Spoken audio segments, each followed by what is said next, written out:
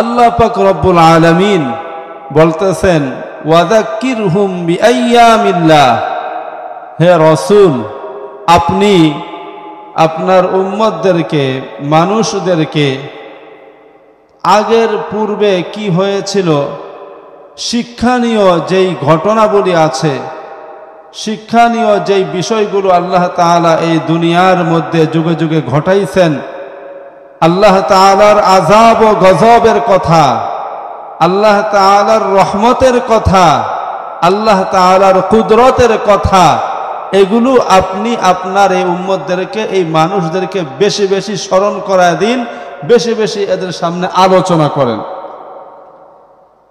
তাহলে কি হবে? ইন্না ফি যালিকা লাআয়াতিন লিকুল্লি সাব্বারিন শাকুর, প্রত্যেক সবরকারী, প্রত্যেক শুকরগুজার বান্দা বান্দির মধ্যে এই আল্লাহ তাআলার আযাব ও গজব, তার রহমত, তার কুদরত এগুলো নিয়ে আলোচনা করার মধ্যে এদের জন্য অনেক নিদর্শন এবং শিক্ষা রয়েছে। অর্থাৎ যারা শুকরগুজার বান্দাবান্দি, সবর করতে পারে, ধৈর্য সহকারে বসে বসে আলোচনাগুলো শুনতে পারে, এরা এই ঘটনাগুলো শোনে কি কারণে আল্লাহ কোন উম্মতের উপরে গজব দিয়েছিলেন, আযাব দিয়েছিলেন, আর কি কারণে আল্লাহ কার উপরে রহমত দিয়েছিলেন, সাহায্য দিয়েছিলেন, এগুলো শুনে শুনে তারা শিক্ষা নিতে পারবে, তারা শিক্ষা অর্জন করতে পারবে। এই আয়াতের আলোকেই আজকের এই আশুরা আর মুহররমের আলোচনা মাহফিল, ঠিক কিনা ভাই? আশুরা এবং মুহররম এটা আজকের ঘটনা, আগে পৃথিবীর শুরু থেকে নিয়ে এই ঘটনা, কি বলেন? পৃথিবীর শুরু থেকেই এই দিনে আল্লাহ পাক রব্বুল আলামিনের অনেক আযাব ও গজবের কথা আছে। এই দিনে আল্লাহ পাক রব্বুল আলামিনের অনেক কুদরতের কথা, অনেক রহমতের, তার কুদরতের বহিঃপ্রকাশ আল্লাহ তাআলা এই দিনে ঘটাইছেন। এই দিন কি আজকের নতুন কোনো? নতুন না, বরং অনেক আগে থেকেই চলে আসতেছিল। এমনকি আমাদের নবীজি মুহাম্মদুর রাসূলুল্লাহ সাল্লাল্লাহু আলাইহি ওয়াসাল্লাম এই দুনিয়াতে আসার অনেক আগে থেকেই এই আশুরা এবং মুহররমের আলোচনা এবং তার মর্যাদা আল্লাহ তাআলার কাছে রয়েছে। তো আজকে সেই আশুরা এবং মুহররম নিয়ে আলোচনা এবং দোয়া মাহফিল। যারা এখনো এদিক সেদিক ঘোরাফেরা করতেছেন, আমি যতটুকু জানি এই মির্দাবাড়ি এলাকার মধ্যে মুরব্বীরা অত্যন্ত ধর্মপ্রাণ মানুষ। তারা মসজিদে এসে নামাজ আদায় করেন, ফজরের সময় বেশি আরো মুসল্লি হয়, ঠিক কিনা? আমি যতটুকু জানি। এই জন্য মুরব্বীদেরকে বলবো আপনারা চলে আসেন। আর যুবক ভাইরাও, এই এলাকার যুবক ভাইরাও অনেক ভালো, তারা মুরব্বীদের কারণে, মুরব্বীরা নামাজি, তাই যুবক ভাইরাও অনেকে অনেক নামাজি, শৃঙ্খলাবদ্ধ হয়ে তারা চলাচল করার চেষ্টা করে। এই জন্য সকলকে আমি অনুরোধ করতেছি, অল্প সময়, সংক্ষিপ্ত সময় আলোচনা হবে। আপনারা এখনো যারা এদিক সেদিক ঘোরাফেরা করতেছেন, আল্লাহর ঘর মসজিদে চলে আসেন। এমন এমন আলোচনা আমাদের অজানা রয়েছে, সেগুলো আজকে আমরা জানবো ইনশাআল্লাহ। আমরা আজকে এই বয়ান মাহফিলে, পবিত্র আশুরা উপলক্ষে আলোচনা এবং দোয়া মাহফিলে আসতে পেরে আমরা খুশি না বেজার? কে কে খুশি আছেন হাতুড়ে একটু দেখান। আল্লাহু আকবার, জোরে বলি আল্লাহু আকবার। আল্লাহ তাআলা আমাদের আশা বসাকে কবুল করেন, বলেন আমিন। আজকের এই মাহফিলকে উপলক্ষ করে এলাকার সকল কবরবাসীদের কবরের আযাবকে আল্লাহ তাআলা চিরতরে মাফ করে দেন, বলেন আমিন। যত মানুষ এলাকায় অসুস্থ আছেন, মুরব্বীরা, মহিলা এবং পুরুষ, সকলকে আল্লাহ তাআলা সুস্থতা দান করেন, বলেন আমিন। এই মির্দা বাড়িকে আল্লাহ তাআলা কবুল করেন, বলেন আমিন। এই সর্দার বাড়িকে আল্লাহ তাআলা কবুল করেন, বলেন আমিন।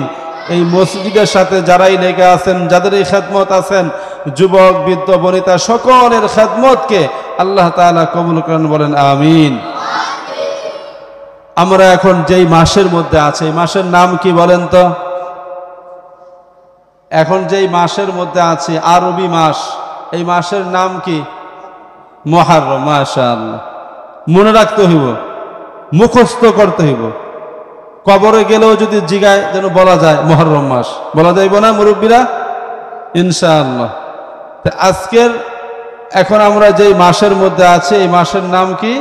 মুহররম মাস। বলেন তো আরবি হিজরি সনের, আরবি বছরের এটা কততম মাস বলেন তো? মাশাআল্লাহ, সবাই বলেন এটা কততম মাস? প্রথম মাস। কততম মাস? প্রথম মাস। আমরা তো ইংরেজি জানি, বাংলাও জানি। আপনারা যারা মুরব্বীরা আছেন আপনাকে বাংলা বেশি মুখস্থ। বাংলা এখন কোন মাস চলতেছে, কত তারিখ যায় সব মুখস্থ। এলাকাবাসী যারা বৃদ্ধ মা বোনরা আছেন, বুড়া বুড়িরা আছেন, এদের কাছে এটা অনেক মুখস্থ, পঞ্চিকা পুরা মুখস্থ, ঠিক কিনা? আর যুবক যারা আছে এদের কাছে আরবি ইংরেজি পুরা মুখস্থ। আজকে কত সাল, কত মাস, কত তারিখ সব বলে দিব, কিন্তু মাগার আরবি সবাই বলতে পারবে? কিন্তু মুসলমানের মাস কি বলেন তো? মুসলমানের বছর কি? আরবি। এই যে আজকে যে এখানে বসে আলোচনা করতেছি, আপনারাও বসছেন, ইংরেজি অনুযায়ী বসছেন না আরবি অনুযায়ী বসছেন বলেন তো? রোজা কি ইংরেজি অনুযায়ী রাখেন না আরবি অনুযায়ী রাখেন? ঈদুল ফিতর কোন অনুযায়ী করেন, আরবি অনুযায়ী না ইংরেজি অনুযায়ী? জোরে কন, কোন অনুযায়ী করেন? আরবি অনুযায়ী করেন। ওই যে ইংরেজি ক্যালেন্ডার দেখেন, এই ক্যালেন্ডারের নিচের মধ্যেও দেখবেন লেখা আছে আরবি তারিখ চাঁদ দেখার উপরে নির্ভর। চাঁদ দেখার উপরে কি মানে এর মধ্যে কারো হেডাম দেখানোর কোনো কায়দা নাই, কোনো সুযোগ নাই। আল্লাহ চাঁদ দেখাইব তো তারিখ শুরু হইব, চাঁদ দেখাইব না ঈদও করা যাইব না, ঠিক কিনা বলুন? তাহলে আরবি এটা মুসলমানদের বছর, আরবি ক্যালেন্ডার এটা মুসলমানদের সংস্কৃতি, এটা মুসলমানদের নিজস্ব ক্যালেন্ডার। আরবি ক্যালেন্ডার মুসলমানদের কি নিজস্ব ক্যালেন্ডার। আর ইংরেজি বাংলা এগুলো মুসলমানদের নিজস্ব ক্যালেন্ডার নয়। বাংলা বাঙালিদের একটা নিজস্ব ক্যালেন্ডার, আর ইংরেজি হলো ওই খ্রিস্টানদের, ইহুদি খ্রিস্টানদের, এটা মুসলমানদের না। কিন্তু মুসলমানদের নিজস্ব ক্যালেন্ডার কি বলেন? আরবি হিজরি সন। আরবি হিজরি সন। এখন বর্তমান যেই বছরটা শুরু হয়েছে আরবি, মুহররম প্রথম মাস আমরা শুনলাম, 12 মাসের মধ্যে প্রথম মাস। কিন্তু এখন যেই সালটা শুরু হয়েছে এটা কততম সাল বলেন তো? মুরব্বীরা বলতে পারবেন? যেই সালটা শুরু হয়েছে আরবি এটা কততম সাল? 1446 হিজরি। বলেন 1446 হিজরি। ইংরেজি তো সবার মনে আছে 2024, সবাই জানে। কিন্তু আরবি যেটা এখন শুরু হয়েছে এটা হলো কত? 1446 হিজরি। প্রায় 1500 বছর, প্রায় 1500 বছর। মানে আজ থেকে 1446 হিজরি বছর, 1446 বছর আগে আমাদের নবীজি মক্কা থেকে মদিনায় হিজরত করেছিলেন। সুবহানাল্লাহ। 1446 হিজরি। আমি আবার আসলে জিজ্ঞাসা করব, মুখস্থ করা দিয়া যাইতেছি মুরব্বীরা, যদি এই আল্লাহর রাসূলের হিজরত দিয়া এই বছর শুরু করা হয়েছে, এইটা যদি আপনি মুখস্থ করা যে আল্লাহর রাসূলের হিজরতের স্মরণীয় করে রাখার জন্য যদি মুখস্থ করে কবরে যাইতে পারেন, এইটাও আল্লাহর পক্ষ থেকে আপনার একটা নাজাতের উসিলা হইতে পারে। বলেন আলহামদুলিল্লাহ। এই জন্যই আরবি তারিখ এটা গণনা করা ফরজে কিফায়া। আরবি তারিখ গণনা করা কি ফরজে কিফায়া। বলেন মুহররমের আজকে কয় তারিখ? মুহররমের আজকে কয় তারিখ? 7 তারিখ শেষ হয়ে 8 তারিখ শুরু হয়েছে। আরবি তারিখ শুরু হয় সূর্য ডোবার সাথে সাথে, আর ইংরেজি তারিখ বাংলা তারিখ শুরু হয় ওই রাত 12টায়। রাত 12টায় শুরু হয়, কিন্তু আরবি শুরু হয় কখন থেকে? সূর্য ডোবা থেকে। এই জন্য তারাবি আগে পড়েন না রোজা আগে রাখেন? তারাবি আগে পড়েন না রোজা আগে রাখেন? কোনটা করেন ভুলে গেছেন? তারাবি আগে পড়েন, যেহেতু রাত আগে চলে আসে। তো আজকে মুহররম মাসের 7 তারিখ গিয়ে 8 তারিখের রাত্র শুরু হয়েছে। আলহামদুলিল্লাহ। আল্লাহ তাআলা আমাদেরকে মুহররমের আমলগুলার কাছাকাছি নিয়ে যাইতেছেন। আগামীকাল রাত্র থেকেই মুহররমের আমল শুরু হয়ে যাবে। মা বোনেরা যারা শুনতেছেন একটু খেয়াল করে শুনবেন, কারণ মা বোনরা একটু এই আশুরার সময় পুরুষের তুলনায় আমল বেশি মা বোনরা করে। এজন্য তাদের অনেক জানার বিষয় আছে। তারা জানলে পরিবার ঠিক, তারা জানলে তারা আমল করতে পারলে পুরুষও আমল করবে। আর আপনারা যারা এখানে শুনতেছেন খেয়াল করে শুনবেন, বাড়িতে গিয়ে আবার বিবির সাথে মেয়ের সাথে মুজাকারা করবেন, এদেরকেও এই আমলগুলা করতে বলবেন। পারবো তো ভাই ইনশাআল্লাহ? তাহলে আজকে মুহররমের কয় তারিখ শুরু হলো? 8 তারিখ শুরু হলো। কয় তারিখ শুরু হলো ভাই? 8 তারিখ। মুহররম এটা কি? মুহররমের তাৎপর্য আল্লাহ রাব্বুল ইজ্জাত ওয়াল জালাল পবিত্র কুরআনুল হাকিমের সূরাতুত তাওবার 36 নম্বর আয়াতে আল্লাহ তাআলা বলেন, ইন্না ইদ্দাতাশ শুহুরি ইনদাল্লাহ 12 শাহরা ফি কিতাবিল্লাহি ইয়াওমা খালাকাস সামাওয়াতি ওয়াল আরদ মিনহা আরবাআতুন হুরুম। আল্লাহ রাব্বুল ইজ্জাত ওয়াল জালাল সূরা তাওবার 36 নম্বর আয়াতের মধ্যে ইরশাদ ফরমান, ইন্না ইদ্দাতাশ শুহুরি ইনদাল্লাহ 12 শাহরা। আল্লাহর কাছে যেদিন থেকে এই আসমান এবং জমিন আল্লাহ তাআলা বানাইছেন, সেদিন থেকে আল্লাহর কাছে মাস গণনায় মাস হলো 12টি। কয়টি মাস? 12টি মাস। মিনহা আরবাআতুন হুরুম। এই 12টি মাসের মধ্যে 4টা মাস হলো সম্মানিত। আল্লাহ তাআলা যেদিন থেকে এই আসমান এবং জমিন বানিয়েছেন, সেদিন থেকে বছর গণনার জন্য মাস বানাইছেন 12টা। তাহলে বলুন তো, এই 12টা মাস কে তৈরি করেছেন? আল্লাহ নিজেই তৈরি করে দিয়েছেন। কোন দিন থেকে? পৃথিবীর শুরু লগ্ন থেকেই 12টা মাস বছর গণনা করতে হয়। এই 12টা মাসের মধ্যে আবার 4টা মাস সম্মানিত। কয়টা মাস? 4টা মাস। একটু আলাদা, এর আলাদা বৈশিষ্ট্য রয়েছে, আলাদা সম্মান রয়েছে এই 4টা মাসের। সেই 4 মাস কোন 4 মাস? এটা আল্লাহর রাসূল সাল্লাল্লাহু আলাইহি ওয়াসাল্লাম হাদিসের মধ্যে তিনি বলেছেন, عن أبي بكرة رضي الله تعالى عنه قال قال رسول الله صلى الله عليه وسلم الزمان قد استدار كهيئته يوم خلق السماوات والأرض منها أربعة حرم। হযরত আবু বকরা রাদিয়াল্লাহু তাআলা আনহু বিশিষ্ট সাহাবী, তিনি বলেন, বিশ্বনবী সাল্লাল্লাহু আলাইহি ওয়াসাল্লাম, জোরে বলি সাল্লাল্লাহু আলাইহি ওয়াসাল্লাম, তিনি বলেন, আসমান জমিনের সৃষ্টি লগ্ন থেকে নিয়ে বছর গণনায় মাস হলো 12টি। কয়টি? 12টি। as-sanatu 12 শাহরা, 12 মাসে 1 বছর হয়।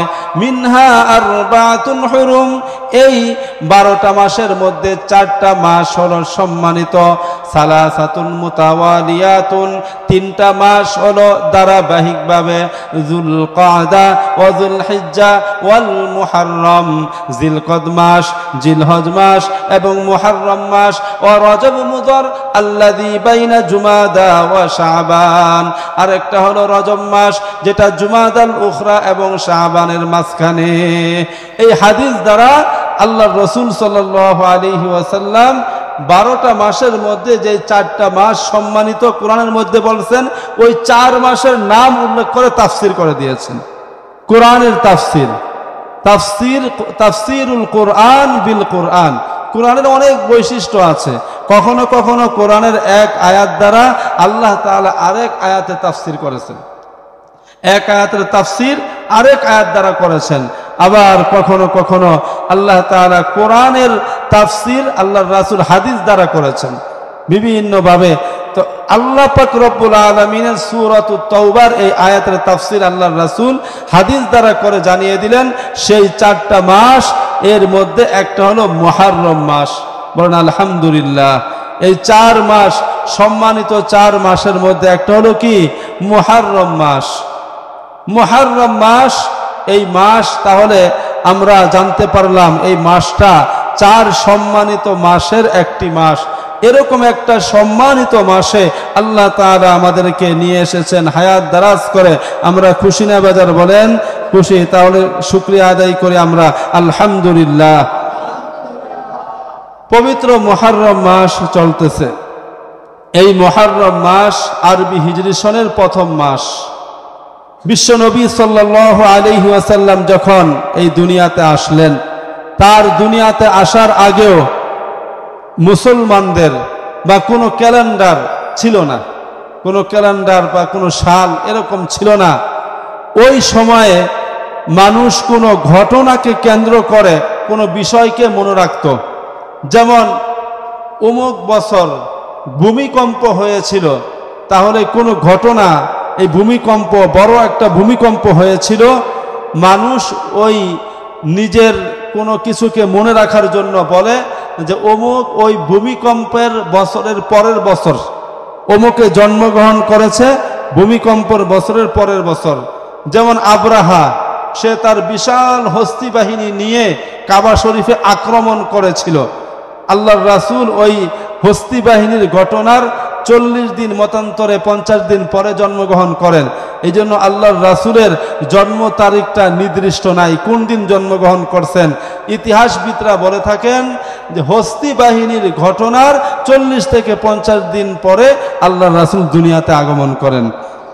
বোঝানো উদ্দেশ্য যেটা, সেটা হলো যে ওই সময় এরকম কোনো তারিখ বা সাল ছিল না যে এখন বর্তমান যেরকম কেউ জন্মগ্রহণ করলে, কেউ ইন্তেকাল করলে কোনো জিনিসের ডেট সুন্দর মতো সাল অনুযায়ী লিখে রাখা যায়। ওই সময় এরকম কোনো নিয়ম ছিল না। এমনকি আল্লাহর রাসূল দুনিয়াতে আসার পরেও এরকম কোনো ক্যালেন্ডার বা সাল ছিল না। আল্লাহর রাসূল দুনিয়া থেকে বিদায় নিয়ে চলে গেলেন। হযরত আবু বকর সিদ্দিক রাদিয়াল্লাহু তাআলা আনহু আমিরুল মুমিনিন খলিফা হলেন, তার সময়ও কোনো এরকম ছিল না। হযরতে ওমর রাদিয়াল্লাহু তাআলা আনহু, যিনি অর্ধ জাহানের বাদশা ছিলেন, তিনি যখন খলিফাতুর রাসূল আমিরুল মুমিনিন হলেন এবং এই অর্ধ জাহানের বাদশা হলেন, মুসলিম জাহানের খলিফা নির্বাচিত হলেন, তার খলিফা নির্বাচিত হওয়ার পরে অল্প সময়ের মধ্যেই এই ইসলাম দিক দিগন্তর বিস্তৃতি লাভ করলো। ইসলাম মধ্যপ্রাচ্যের কান্ট্রিগুলা পেরিয়ে, আরব রাষ্ট্রগুলা পেরিয়ে সেই ইউরোপ মহাদেশ পর্যন্ত ইসলাম বিস্তৃতি লাভ করলো। ইসলামের বিজয় কেতন সেখানে পথ করে উঠতে থাকলো। এই যে বর্তমান স্পেন, এগুলো জর্ডান, স্পেন, ফ্রান্স, এগুলো সব ওমর রাদিয়াল্লাহু তাআলা আনহুর শাসনাধীন ছিল। আল্লাহু আকবার। এই বর্তমান ইউরোপ যত দেখেন মোরল রাষ্ট্রগুলা, এগুলো সব ওমর রাদিয়াল্লাহু তাআলা আনহু এর শাসনাধীন ছিল। এগুলো ওই সময়ে, তৎকালীন সময়ে বসরার গভর্নর ছিল হযরতে আবু মুসা আশআরী রাদিয়াল্লাহু তাআলা আনহু। তিনি ইরাকের বসরার গভর্নর ছিলেন এবং ওমর রাদিয়াল্লাহু তাআলা আনহু কর্তৃক বিভিন্ন জায়গায় গভর্নররা তারা নিযুক্ত ছিলেন। ওমর রাদিয়াল্লাহু তাআলা আনহু মদিনা থেকে, খলিফার মসনদ থেকে বিভিন্ন সময় বিভিন্ন অত্যাদেশ প্রত্যাদেশ, বিভিন্ন আদেশ নিষেধ এগুলো তিনি পাঠাইতেন। ওই সময় তো আর এই ইমেল জিমেল ছিল না, বা ফেসবুক বা এরকম যোগাযোগ ব্যবস্থা এগুলো ছিল না। ওই সময় এগুলো এক জায়গা থেকে আরেক জায়গায় যাইতে অনেক সময় লাগতো, মাসের পর মাস লেগে যাইতো, বছরও লেগে যাইতো। আবু মুসা আশআরী রাদিয়াল্লাহু তাআলা আনহুর কাছে একটা চিঠি আসলো খলিফা কর্তৃক। ওই চিঠির মধ্যে নিচে লেখা ছিল শাবান মাস, শাবান মাস লেখা ছিল। এখন কনফিউশনে পড়ে গেলেন যে এই শাবান মাস এটা কোন বছরের, এই বছরের শাবান মাস নাকি আগামী বছরের, না গত বছরের শাবান মাস, কোন শাবান থেকে খলিফার এই আদেশ জারি হবে, কানুন চালু হবে, এই আইন চালু হবে। একটু সমস্যা দেখা দিল। তখন আবু মুসা আশআরী রাদিয়াল্লাহু তাআলা আনহু তিনি খলিফার কাছে একটা চিঠি পাঠাইলেন। আর ওই চিঠির মধ্যে তিনি লেখলেন যে এখন ইসলাম অনেক বিস্তৃতি লাভ করেছে, আমরা এখানে বিভিন্ন অফিস আদালত এগুলো চালানোর জন্য, রাষ্ট্রের নথিপত্র এগুলো ঠিক রাখার জন্য এখানে একটা তারিখ বসাইতে হয়, একটা বছর বসাইতে হয়। তাহলে আমাদের জন্য জরুরি হয়ে পড়েছে নিজস্ব কোনো ক্যালেন্ডার বা নিজস্ব কোনো সাল, নিজস্ব বছর আমাদের জন্য এখন হওয়া জরুরি। এই মর্মে চিঠি লিখে খলিফার কাছে পাঠিয়ে দিলেন। ওমর রাদিয়াল্লাহু তাআলা আনহু যখন এই চিঠিটা পাইলেন, এই চিঠি পাওয়ার পরে তিনি দেখলেন আসলেই তো এর যুক্তিযুক্ততা রয়েছে, এর যুক্তি রয়েছে। তিনি তার সমস্ত ওই সময়ে সিনিয়র সাহাবায়ে কেরাম যারা ছিলেন, বড় বড় সাহাবায়ে কেরাম, এর মধ্যে হযরত আলী রাদিয়াল্লাহু তাআলা আনহু ছিলেন, উসমান রাদিয়াল্লাহু তাআলা আনহু ছিলেন, আরো আশারায়ে মুবাশশারার বদরী সাহাবী, সিনিয়র সাহাবীদেরকে নিয়ে পরামর্শে বসলেন। বসে পরামর্শ করলেন, আমাদের এখন প্রয়োজন হয়ে পড়েছে এই ইসলামিক বিশ্বকে তার কার্যক্রম ঠিক রাখার জন্য, ঠিকভাবে পরিচালিত হওয়ার জন্য আমাদের নিজস্ব একটা সাল দরকার, নিজস্ব একটা বছর দরকার। কিভাবে কি করা যায়?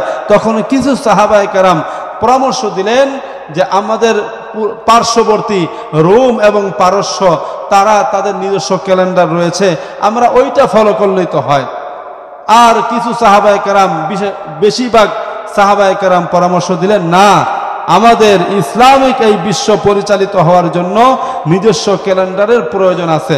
ওমর রাদিয়াল্লাহু তাআলা আনহু এই পরামর্শকে গ্রহণ করলেন এবং রায় দিলেন যে আমরা নিজস্ব সাল শুরু করব। এখন এই নিজস্ব সাল শুরু করব, দ্বিতীয় পরামর্শ কোন জায়গা থেকে শুরু করব? যেমন আগের আমি বলে আসছি, হস্তি বাহিনীর ঘটনা থেকে, অমুক বছরে যে ভূমিকম্প হয়েছিল ওই সময় থেকে। আর খ্রিস্টানরা তাদের সাল গণনা করে হযরত ঈসা আলাইহিস সালামের জন্মের সময় থেকে।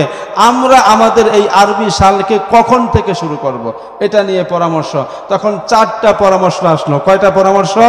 4টা পরামর্শ আসলো। 1 নম্বর, কিছু সাহাবায়ে কেরাম পরামর্শ দিলেন, আমাদের নবীজি, বিশ্ব নবী, জোরে বলি সাল্লাল্লাহু আলাইহি ওয়াসাল্লাম, তিনি যেই দিন জন্মগ্রহণ করেছেন, যেই মাসে, যেই সময়ে তিনি জন্মগ্রহণ করেছেন, ওই সময় থেকে আমাদের এই বছরটা শুরু করা হোক। কিছু সাহাবায়ে কেরাম তারা পরামর্শ দিলেন, আমাদের নবীজি যেদিন নবুয়ত পেয়েছেন, যেদিন নবুয়ত পেয়েছেন ওই দিন থেকে আমরা এই বছরকে গণনা শুরু করব। কিছু সাহাবায়ে কেরাম পরামর্শ দিলেন, না, আমাদের নবীজি যেদিন মক্কা থেকে মদিনায় হিজরত করেছিলেন ওই দিন থেকে আমরা বছরকে, আমাদের আরবি বছরকে গণনা শুরু করব। এবং এই প্রস্তাব দিয়েছিলেন যিনি, তিনি হলেন শেরে খোদা আলী কাররামাল্লাহু ওয়াজহাহু রাদিয়াল্লাহু তাআলা আনহু। আবার কেহ পরামর্শ দিলেন, আমাদের নবীজি যেদিন ওয়াফাত পেয়েছেন, ইন্তেকাল করেছেন, ওই দিন থেকে আমরা আরবি বছরকে গণনা শুরু করব। এই 4টা মতামত আসলো। নবীজির জন্ম, নবীজির নবুয়াত, নবীজির হিজরত, নবীজির ওয়াফাত, এই 4 জায়গার কোন এক জায়গা থেকে আমরা বছরকে শুরু করব। হযরতে আলী রাদিয়াল্লাহু তাআলা আনহু জোরালো ভাবে প্রস্তাব করলেন, হিজরতের সময় থেকে এই বছরকে শুরু করা হোক। ওমর রাদিয়াল্লাহু তাআলা আনহু তার এই প্রস্তাবকে গ্রহণ করে তিনি রায় দিলেন, হ্যাঁ, আমরা হিজরতের সময় থেকেই আমরা এই বছরকে গণনা শুরু করব। তাহলে এতগুলো রায়, বাকি 3টা রায় পরামর্শ বাদ দিয়ে হিজরতকে কেন শুরু করা হলো? কারণ হযরতে ওমর রাদিয়াল্লাহু তাআলা আনহু এবং আলী রাদিয়াল্লাহু তাআলা আনহু তারা সকলেই বললেন যে ইসলামের বিজয়, ইসলামের শুরুটাই হয়েছে হিজরতের পর থেকে। হক এবং বাতিলের মাঝে পার্থক্য এটা হয়েছে কখন থেকে? হিজরতের পর থেকে হয়েছে। এই জন্য কেমন যেন হিজরতের পরেই ইসলামটা তার শুরু, নতুনভাবে শুরু করেছে। এই জন্য হযরতে ওমর রাদিয়াল্লাহু তাআলা আনহু হিজরত, নবীজির হিজরত থেকেই এই আরবি বছরের গণনা শুরু করেছেন। এই জন্য বলা হয় হিজরি সাল। এই জন্য কি বলা হয় ভাই? হিজরি সাল বলা হয়। হিজরতের বছর, নবীজির হিজরত থেকে শুরু হয়ে গেল, বছর গণনা শুরু করা হবে হিজরতের বছর থেকে। এখন মাস হলো কয়টি বলেন তো? মাস হলো কয়টি বছরে? ভাই সবাই একটু এদিকে হই। মাস হলো বছরে কয়টি? 12টি। কথা বলতে হবে, অনেকের ঘুম চলে আসতেছে। লা ইলাহা ইল্লাল্লাহ, লা ইলাহা ইল্লাল্লাহ। একটু নড়ে চড়ে বসি। লা ইলাহা ইল্লাল্লাহ। সামনে চলে আসি। লা ইলাহা ইল্লাল্লাহ। জোরে লা ইলাহা ইল্লাল্লাহ, লা ইলাহা ইল্লাল্লাহ, লা ইলাহা ইল্লাল্লাহ, লা ইলাহা ইল্লাল্লাহ, ইল্লাল্লাহু মুহাম্মাদুর রাসূলুল্লাহ সাল্লাল্লাহু আলাইহি ওয়াসাল্লাম। মাস হলো কয়টি বলেন? 12টি। এই 12টা মাসের মধ্যে ওমর রাদিয়াল্লাহু তাআলা আনহু 3 নম্বরে যেই পরামর্শ করলেন, আমাদের হিজরি সাল থেকে আমরা শুরু করব, কিন্তু কোন মাস থেকে শুরু করব? 12টা মাস, এখন কোন মাস দিয়ে এই বছরের প্রথম শুরু করব? বিভিন্ন জন বিভিন্ন মতামত দিলেন। কেউ মতামত দিলেন যে রবিউল আউয়াল মাস, এই মাসটা এমন একটা মাস যেই মাসে আল্লাহর রাসূল জন্মগ্রহণও করেছেন, ইন্তেকালও করেছেন, রবিউল আউয়াল মাস দিয়ে শুরু করা যায়। কেউ কেউ পরামর্শ দিলেন না, রমাদান মাস সবচেয়ে শ্রেষ্ঠ মাস, 12 মাসের মধ্যে সবচেয়ে শ্রেষ্ঠ মাস হলো রমাদান, আমরা রমাদান দিয়ে শুরু করি।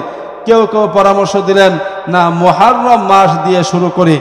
হযরতে ওমর রাদিয়াল্লাহু তাআলা আনহু এই 3 নম্বর প্রস্তাব, মুহররম মাস দিয়ে আরবি হিজরি বছর শুরু করার পরামর্শ তিনি গ্রহণ করে এটাই তিনি রায় দিলেন। আল্লাহু আকবার। মুহররম মাসকে কেন শুরু করা হলো, এই মাস দিয়ে কেন শুরু করলেন? কারণ মুহররম মাস তিনি ব্যাখ্যা করলেন, মুহররম মাসের আগে হলো জিলহজ মাস, এর আগে জিলকদ মাস। এই জিলকদ মাস আর জিলহজ মাস এটাকে বলা হয় হজের মাস। আর জিলহজ মাসে মানুষ হজে যায়, হজ করতে যায়, এই সময় হজ পালিত হয়। এখন আমাদের দেশে অনেকের উপরে হজ ফরজ হয় কিন্তু হজ করে না, ঠিক কিনা ভাই? হজ ফরজ হয় কিন্তু হজ করে না। কিন্তু ওই সময়ে প্রত্যেক মুসলমানই হজের মাস যাইতেছে আর হজ করবো না, এটা কল্পনাও করতে পারতো না। ওই সময় সকলেই হজ করত। যেহেতু হজের মাস, আর হজের একটা ফজিলত হলো যে যেই ব্যক্তি হজ করে আল্লাহ তাআলার জন্য, সে হজ থেকে যখন ফিরে আসে তখন বেগুনা মাসুম হইয়া নিষ্পাপ বান্দা বান্দি হইয়া ফিরে আসে। সুবহানাল্লাহ। তাহলে হজ করে নিজের জীবনের সব ভুলগুলাকে, অপরাধগুলাকে ক্ষমা করে যেমন সে বেগুনা মাসুম নিষ্পাপ হয়ে নতুন একটা জীবন নিয়ে ফিরে আসে, সে যেন হজ করে সে তার পিছনের সব গুনাহগুলো মাফ করে নতুন একটা বছর নতুন মাস দিয়া শুরু করতে পারে। এই জন্য মুহররম মাসকেই তার কেমন যেন নতুন করে শুরু করলো, তাই মুহররম মাসকে আরবি হিজরি সনের প্রথম মাস বানানো হয়েছে। এই মুহররম মাস, আজকে মুহররমের কয় তারিখ? 8 তারিখ শুরু হয়েছে। কয় তারিখ ভাই? 8 তারিখ শুরু হয়েছে। এই মুহররম মাসের মহান একটা দিন রয়েছে। এই মাসের মধ্যে অনেক বড় একটা দিন আছে, ফজিলতপূর্ণ মর্যাদাপূর্ণ একটা দিন আছে। ওই দিনের নাম কি বলেন তো? জোরে বলেন, ওই দিনটার নাম কি? আশুরা। জোরে বলেন, আশুরা। ওই দিনের নাম কি? আশুরা। আশুরা শব্দের অর্থ হলো দশম। দশম অর্থাৎ এই মুহররমের দশম দিনকে আশুরা বলে। আশুরা অর্থাৎ দশম তারিখ, 10 তারিখ। এই 10 তারিখকে আশুরা বলা হয়। এটা সাধারণ কোনো দিন না, এটা অত্যন্ত ফজিলতপূর্ণ, অত্যন্ত মর্যাদাপূর্ণ। নিজের জীবনের সমস্ত কালিমাকে, নিজের কালো জীবনটাকে সাদা করার একটা মোক্ষম সুযোগ হলো এই আশুরা। আল্লাহু আকবার। এটা কোনো সাধারণ দিন নয়। সেই দিনটা আমাদের সামনে সন্নিকটে, আর এক রাত্র 2 রাত্র পরেই আমরা ওই দিনকে ইস্তেকবাল জানাবো, আশুরার দিনটা। এই জন্য সেই আশুরার তাৎপর্য বিশ্বনবী সাল্লাল্লাহু আলাইহি ওয়াসাল্লাম হযরতে আব্দুল্লাহ ইবনে আব্বাস রাদিয়াল্লাহু তাআলা আনহুমা থেকে বর্ণিত, তিনি বলেন, লাম্মা কদিমা রাসূলুল্লাহ সাল্লাল্লাহু আলাইহি ওয়াসাল্লাম, যখন হযরতে বিশ্বনবী সাল্লাল্লাহু আলাইহি ওয়াসাল্লাম আল মদিনা, মদিনায় হিজরত করলেন, ওয়াজাদাহুম আল ইয়াহুদ ইয়াসুমুনা, তারা এই দিনে দেখলেন, মদিনায় হিজরত করার পরে, মদিনায় আসার পরে দেখলেন ইহুদিরা এই আশুরার দিন রোজা রাখে।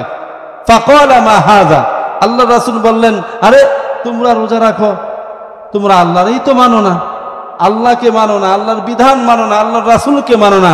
আবার দেখি ভালোই মুত্তাকি সাজা গেছো, রোজাও রাখো, তোমরা কেন রোজা রাখো?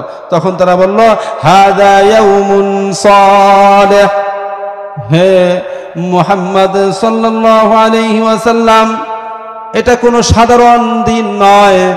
হাদা ইয়াউমুন সালিহ, এটা হলো একটা পবিত্র দিন।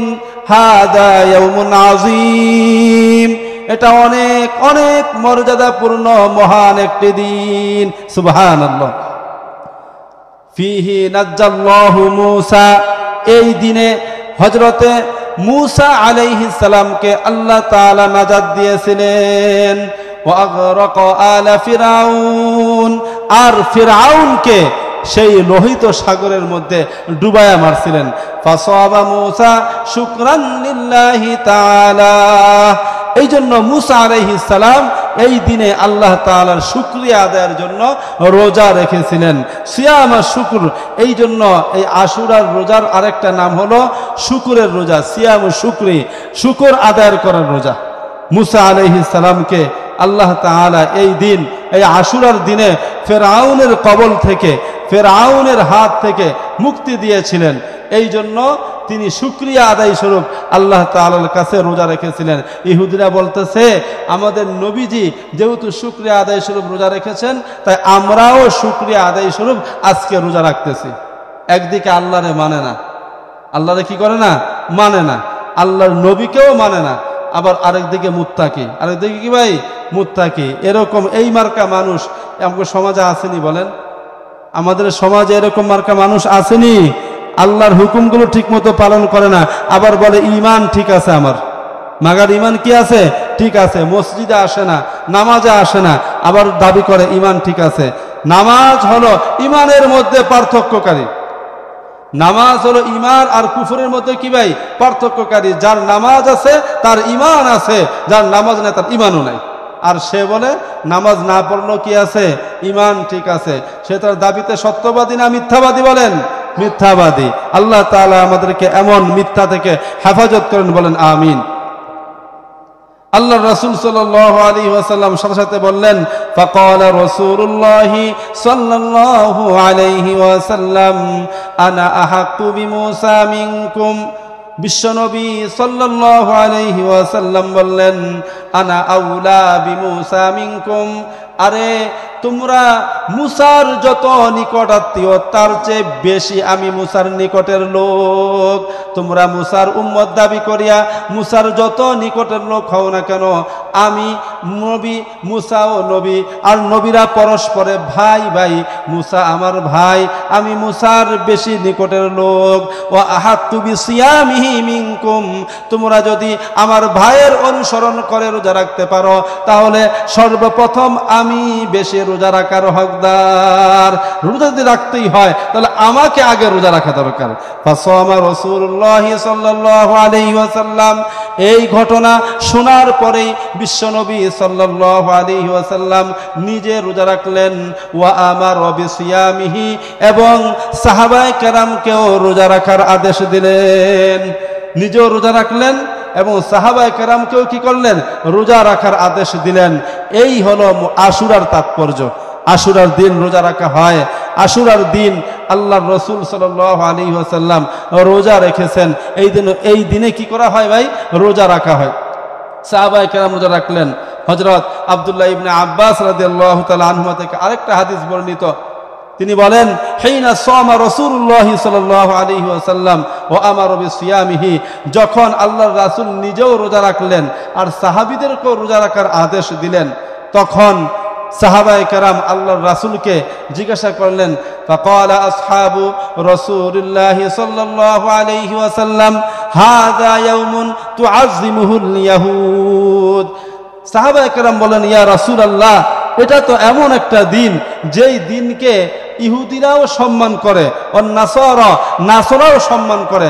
এখন ওরা ইহুদি, খ্রিস্টান, কাফেররাও এই দিনে রোজা রাখে, সম্মান করে, আমরাও রাখলাম, তো ওদের মাঝে আর আমাদের মাঝে পার্থক্যটা কি রইল? ফাকালা রাসূলুল্লাহ সাল্লাল্লাহু আলাইহি ওয়াসাল্লাম, ফাইদা কানাল আমুল মুকবিলু ইনশাআল্লাহু সুমনাল ইয়াউমাত তাসি। আল্লাহর রাসূল বললেন, যদি আল্লাহ তাআলা আমাকে আগামী বছর রোজা রাখে, তাহলে আমি 10 তারিখের আগে 9 তারিখেও রোজা রাখবো। কয় তারিখে রোজা রাখবো বলেন? 9 তারিখেও রোজা রাখবো। আল্লাহর রাসূল কোন তারিখের কথা উল্লেখ করেছেন বলেন তো বুঝে থাকলে? 9 তারিখ। 10 তারিখ তো রোজা আছেই। ফাসুমনাল ইয়াউমাত তাসি, যদি আল্লাহ আমাকে আগামী বছর বাঁচিয়ে রাখেন তাহলে আমি 9 তারিখেও রোজা রাখবো। ফাকালা فإذا فلم يأتي العام المقبل حتى توفي رسول الله صلى الله عليه وسلم এই হাদিস বর্ণনাকারী সাহাবী বলেন আগামী বছর আর আসে নাই, আল্লাহর রাসূল এর আগেই ইন্তেকাল করে চলে গেছেন। আল্লাহর রাসূল আশা ব্যক্ত করেছেন আগামী বছর যদি আল্লাহ আমাকে বাঁচায় রাখেন তাহলে আমি 9 তারিখ আর 10 তারিখ এই 2 দিন রোজা রাখবো। আল্লাহর রাসূল সাল্লাল্লাহু আলাইহি ওয়াসাল্লামের এই হাদিস থেকে আমরা কি পাইলাম? রোজা একটা না দুইটা বলেন? মুসলমানদের জন্য রোজা কয়টি বলেন, একটু জোরে বলেন। মুসলমানদের জন্য রোজা কয়টি? 2টি। কথা বলতে হবে, আমরা শিখতে বসি তাই না ভাই? এই জন্য কথা বলতে হবে। মুসলমানদের জন্য রোজা কয়টি? 2টি। কয়টি রোজা ভাই? 2টি, 9 এবং 10। 9 এবং 10, মা বোন যারা শুনতেছেন, 9 এবং 10। এখন আমাদের দেশে 9 এবং 10 তারিখ কবে বলেন তো? আগামীকাল রাত্রটাই 9 তারিখ। আজকে রাত তো চলে যাইতেছে, এটা 8 তারিখের রাত্র যাইতেছে গা। আর আগামীকাল রাত্রটা হবে কয় তারিখ? 9 তারিখ। কয় তারিখ হবে? 9 তারিখ হবে। আগামীকাল রাত্র, আগামীকাল হলো সোমবার। এই সোমবার দিন গিয়ে রাত্রটা আসবে, এই রাত্রটা হলো 9 তারিখের রাত্র। এই রাত্রে সাহারি খেয়ে মঙ্গলবার রোজা রাখবে, আবার মঙ্গলবার রাত্রে সাহারি খেয়ে বুধবার রোজা রাখবে। মঙ্গল আর বুধ আমাদের দেশে আমাদের মুসলমানদের জন্য মঙ্গল এবং বুধবার এই 2 দিন রোজা রাখবে। তাহলে আশুরার রোজা আমরা পাইলাম, রোজা রাখতে হয়। আর এই রোজা রাখার সিস্টেমটা কি? রোজা রাখার সিস্টেম হলো আল্লাহর রাসূল সাল্লাল্লাহু আলাইহি ওয়াসাল্লাম বলেছেন, আল্লাহর রাসূল সাল্লাল্লাহু আলাইহি ওয়াসাল্লাম বলেন, খালিফু ফিহিল ইয়াহুদ সুমু ইয়াউমা আশুরা। আল্লাহর রাসূল বলেন, সুমু ইয়াউমা আশুরা, হে আমার উম্মতরা তোমরা আশুরার দিন রোজা রাখবা। ও খালিফু ফিহিল ইয়াহুদ, এবং এই রোজা রাখার ক্ষেত্রে তোমরা ইহুদিদের বিপরীত করবা, ইহুদিদের সাথে মিল রেখে রাখবা না। সুমু ক্বাবলাহু ইয়াওমান, তার আগে একদিন রোজা রাখবা। আও বাদাহু ইয়াওমান, অথবা 10-এর পরের দিন 11 তারিখে রোজা রাখবা। তাহলে রোজা রাখার সিস্টেম হলো 2টা। করা সিস্টেম ভাই? 2টা সিস্টেম। করা সিস্টেম 2টা। কেউ কেউ বলেছেন 3টা। 3টার মধ্যে একটা হলো মাকরু। আশুরার রোজা রাখার 3টা সিস্টেম। কটা সিস্টেম ভাই? 3 ভাবে আমরা আশুরার রোজা রাখতে পারি। 1 নম্বর হলো শুধু 10 তারিখে রোজা রাখা, এইটা মাকরু, এটা হলো মাকরু। আরেকটা হলো 9 এবং 10 তারিখ এই 2 দিন রোজা রাখা, এটা সবচেয়ে উত্তম। কারণ আল্লাহর রাসূল নিজে আশা ব্যক্ত করেছেন, লাসুমনাল ইয়াউমাত তাসিআ, আমি তাহলে 9 এবং 10 তারিখ এই 2 দিন রোজা রাখবো। তিনি নিজে 9 তারিখের কথা উল্লেখ করেছেন। এই জন্য 9 আর 10 এই 2 দিন মিলিয়ে রোজা রাখা, এটা হলো সবচেয়ে উত্তম। আরেকটা আল্লাহর রাসূল মুসনাদে আহমদের হাদিসের মধ্যে, যে হাদিসটা যায়ীফ, হাদিসের মধ্যে বলছেন, সুমু ক্বাবলাহু ইয়াওমান আও বাদাহু ইয়াওমান, অথবা 9-10 মিলিয়ে রাখবা, অথবা 10-11 রাখবা। তাহলে 10-11 এইটাও রাখা যাবে। কেউ 10 তারিখে রাখলেন, 10 তারিখে রাখলেন, আবার 11 তারিখে রাখলেন, এভাবেও রাখা যায়। কিন্তু এর চাইতে উত্তম হলো 9 এবং 10।